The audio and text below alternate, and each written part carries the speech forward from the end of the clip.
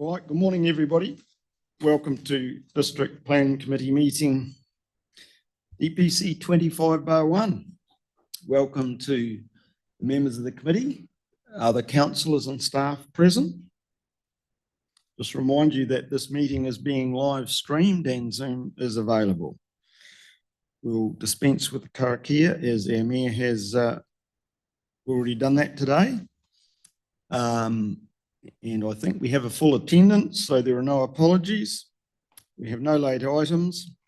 Are there any declarations of conflict of interest anyone wishes to declare? Seems not. There are no public excluded items. There is no public forum. And there are no reports. So we will move to the business at hand, the appointment of commissioners, and I'll ask Anna if she would like to introduce the matter for us, please. Thank you. Sorry, I should have asked Alison to introduce her. Alison.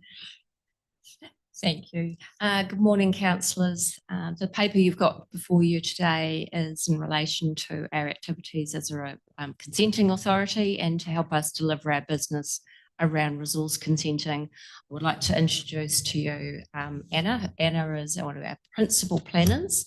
She's been recently appointed to this role, and you will probably all recognise her from her previous roles as council's planner, and also she was involved with our district plan team and heavily involved in Plan Change 92. So I'll introduce Anna. The paper we've got before us today includes a couple of things that are slightly different in relation to appointment of commissioners. We have included in this paper elected members' appointments to be included for a number of applications in front of us. This information I know has been of interest for elected members in terms of being involved more directly in the consenting activity. It has highlighted for us a number of concerns from an operational perspective around having elected members. And so I just, before we get into the paper, just wanted to highlight those with you, just for your consideration. We are obviously going into an election period, and the timing of the consents that we have before us is not yet being determined. So this is an early indication that we have got the need for commissioners to be involved in these decisions. So the timing for us does present some risks in terms of availability of elected members, but also their ability to be involved in hearings as we go into interregnum and as we get closer to election period. So just wanted to highlight that for you. Also, the other thing is that at this point in time, we do not know whether or not there will be potential conflicts of interest for any elected members when we go through an appointment process for elected members to these decisions, simply because we don't have sufficient information to be able to make that determination at this time. And probably the third thing, just to make you aware of, is that we are unaware of any other councils within this local vicinity, certainly the Bay of Plenty and Waikato, who still use elected members for resource consent decisions. They are heavily involved in planning matters around district plan hearings and obviously involved in hearing matters around things like menacing classifications of dog and other matters that normal regulatory processes are involved in. So just wanted to highlight those with you before we present the paper proper. So I'll hand over to Anna to introduce the matters. Yeah. Thank you, Alison. Thanks, Anna. Good morning, everybody. And I just wanted to run through this paper briefly. Obviously, our recommendation has been made for resource consents that we have an early indication may end up in a notified in a hearing process. There is currently no guarantee that any of them will end up in that, but we've just seen that there's early indications. So we're bringing this to you early to enable us to appoint commissioners. And knowing that commissioners' time blocks up very quickly. We want to get ahead of that. So hence why we're bringing it to you at this very early stage. So I'll just run through the applications, just give you a little bit of overview of them so that you can understand them. And if you have any questions, I'm happy to answer them. So the first one is the hospital facility in the rural zone, which is indicated to be in the Tupuna area in the quadrant there on the site where the White House restaurant is. You might know that area there. There's a block there that's zoned commercial, a split zone commercial and rural. So the hospital area is looking to be on the rural portion of the site. And that application, while it has been submitted to council, we've actually returned it requesting some additional information prior to us accepting it. So we know it's out there in that space and that it will come back to us. And we're just highlighting that it would likely be a limited or a public notification.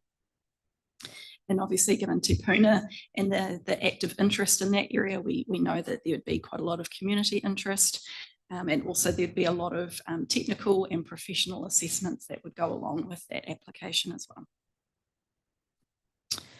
The second one we have here is the combined land use and subdivision consent for the child, which includes a childcare facility at Amokoroa Road.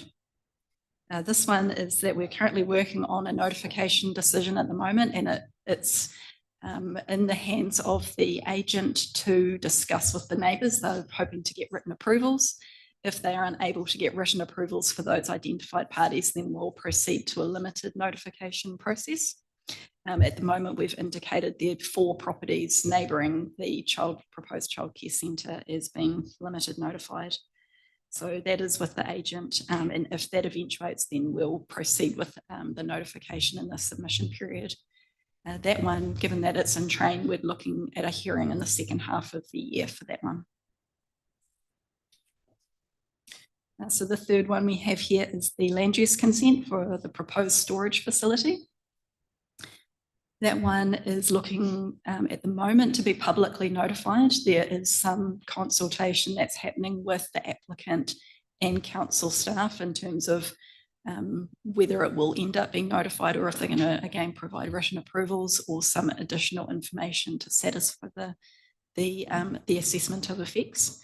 So that is with the two parties that are currently the consultant planner that is working for council and the applicant to work through. Again, given the timing of that one, if it was to go out for submissions, it would likely be that a hearing would be in the second half of this year. Number 4 that we have is the retrospective land use consent for the additional dwelling in the rural zone. This application is actually a non-notified application, and the agent has requested that an independent decision maker review and make a final decision on the recommendation from a consultant planner that's been processing the consent on behalf of council. And we have recommended that Amanda De Jong be the independent decision maker for that application. So I'm happy to take any questions on those 4 applications if you have any. Thank you, Anna. So, members, do we have any questions on those matters? Councillor Murray-Benge. It's not a question, sir. I'd like to make a comment. And I thought how delighted I was that councillors who had commission status were able to be involved in these decisions. And then I talked to Mrs. Alison Curtis and discovered that we are blocked because we come up to the elections, and I think it's June where we have to be careful. We can't then participate. So we're really locked out. The fact that other councillors who are commissioners don't do hearings in other parts of the district of the region doesn't really matter to me. I think we went through the commissioners training and did it twice. And I thought the way that we organised it was really special because we had an independent person who would work with us, working out the decision making. And I thought it worked really well. But however, Now we've got a different system, and the only comment that I'll make is that we were cheap to keep. And the commissioners I know of one applicant who's paying $90,000 to the two commissioners, and they haven't even made a decision yet.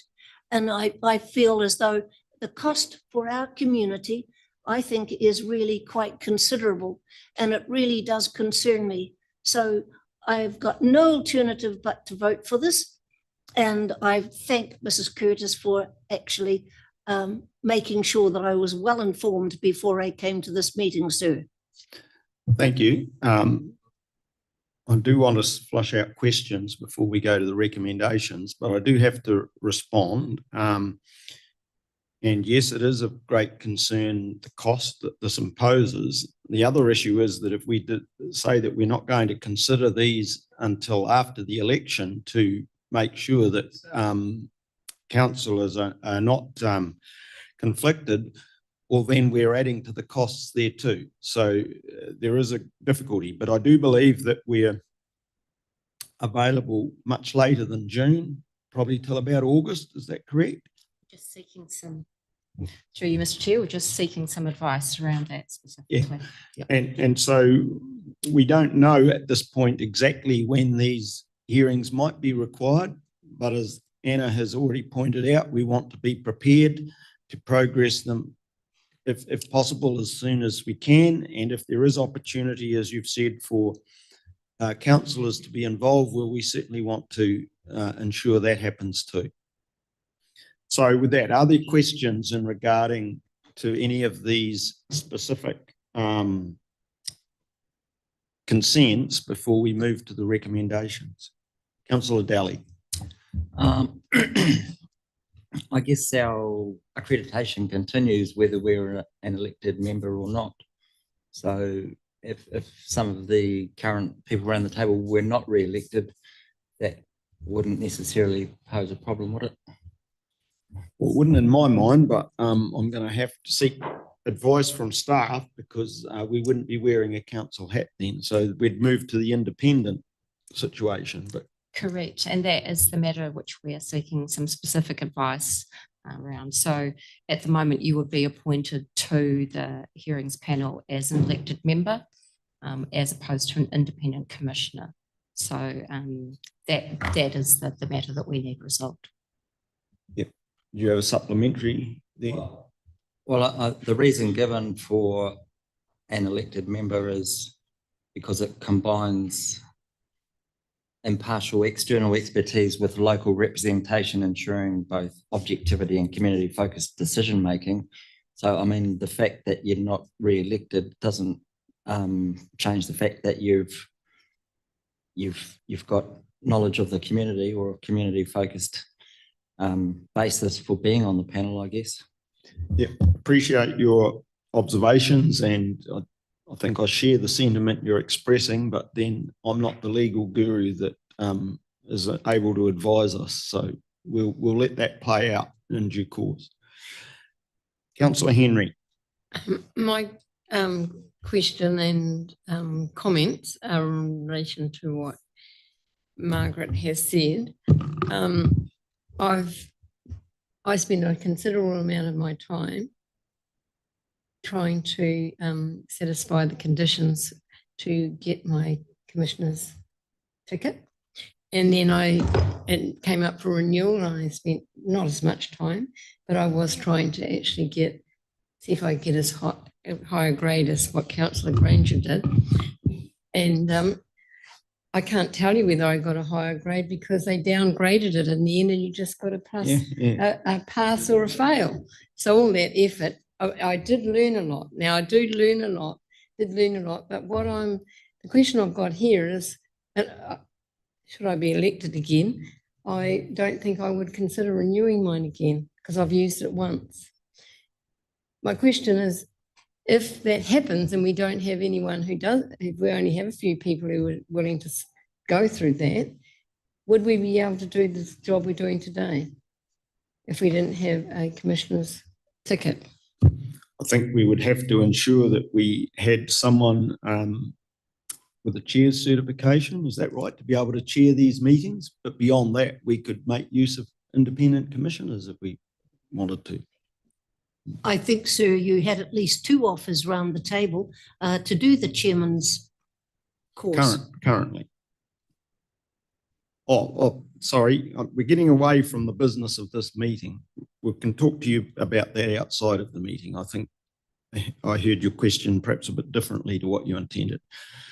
So are there any other questions in relation to these consents before we move to the recommendations? Councillor Daly. Well, just really the fourth one. Obviously, we've all seen the emails from the applicant and the response from Ms. De Jong that she would employ a streamlined process to reduce the cost to the applicant. So I'm just wondering if staff could comment on what that actually means or what it looks like and how the cost would be reduced. Or would there really be a cost as opposed to a local commissioner? Through you, Mr. Chair. So the cost of commissioners across the country are generally within a range. And the concerns that were expressed by the applicant was that using an Auckland commissioner would have additional costs. That is not the case, and we just wanted to be in a position where we were able to reassure elected members that most commissioners work nationally.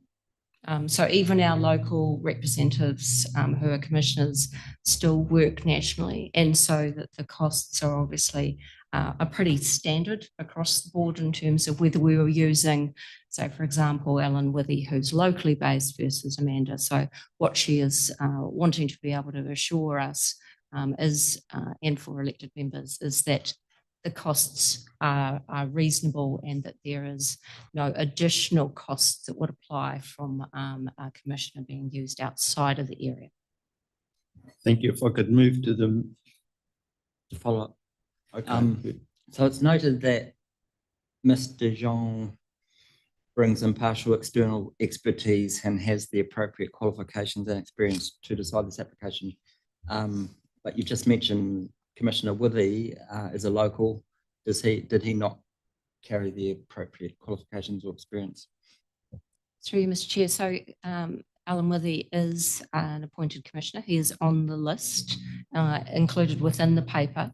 And what we try and do is we determine that there is a suitable spread for our commissioners across a number of applications that we have in process. So they do work nationally. So we try and ensure that we have got availability of commissioners to be able to attend to any of our decisions. So yes, we have not directly contacted Mr. Withy about the specific application and his availability.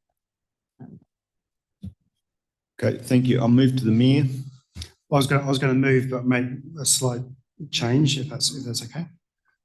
If there's another question first. Can we hold that for a minute, please? Councillor Granger. My question is, do we need a resolution in there somewhere to delegate the authority to make the decision of who does what? Because everybody's doing everything at the moment. Yeah. And nobody's got the rights to say, you do this one, you do that one. We have an additional recommendation proposed in addition to what you have in your agenda has been put forward. Would it be helpful if I read what we have here? So it is that the District Plan Committee delegates to its chairperson the ability to appoint elected members as appropriate to the resource consent hearings where elected members are proposed to be included on the hearings panels. So the idea was you're going a step further than that. You're talking about the independent commissioners. So there's two aspects really. One, you're talking about the independent commissioners, but this is also so that we have a plan in place that could activate who serves as those hearings come forward. Because the other issue is that it's difficult to specifically appoint a specific independent commissioner to a specific hearing at this point when we don't actually know when that's going to take place and their availability at that point in time. So that's the challenge that we face. So we have to give somebody, whether it's the CE or whoever it is, or the chief planner or somebody, the right to say, to go and approach Alan Withy if he's the one that's available, because it doesn't actually say so. Yeah. Yeah.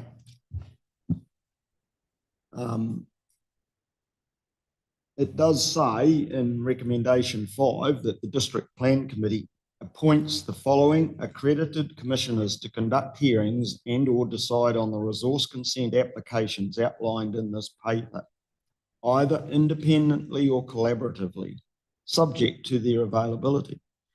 So that implies, so you're wanting some wording there added, that the chairman or somebody from staff makes that decision at that time. I'm going to go to Miriam for advice. Mr. Chairman, I think, although these don't happen very often, that you provide a more extensive list than what you need, so you have options. And so Yes. all of the names are included, and then you shorten that to who's available at the time, because generally the commissioners get busy and we can't plan their diary for the year.